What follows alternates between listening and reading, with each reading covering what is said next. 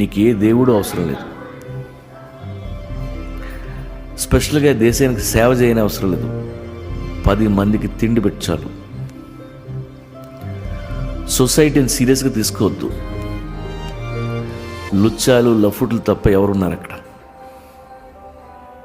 పని చేసుకో, దాచుకో, అమ్మ నాన్నని నాన్న వాళ్ళని చూసుకో.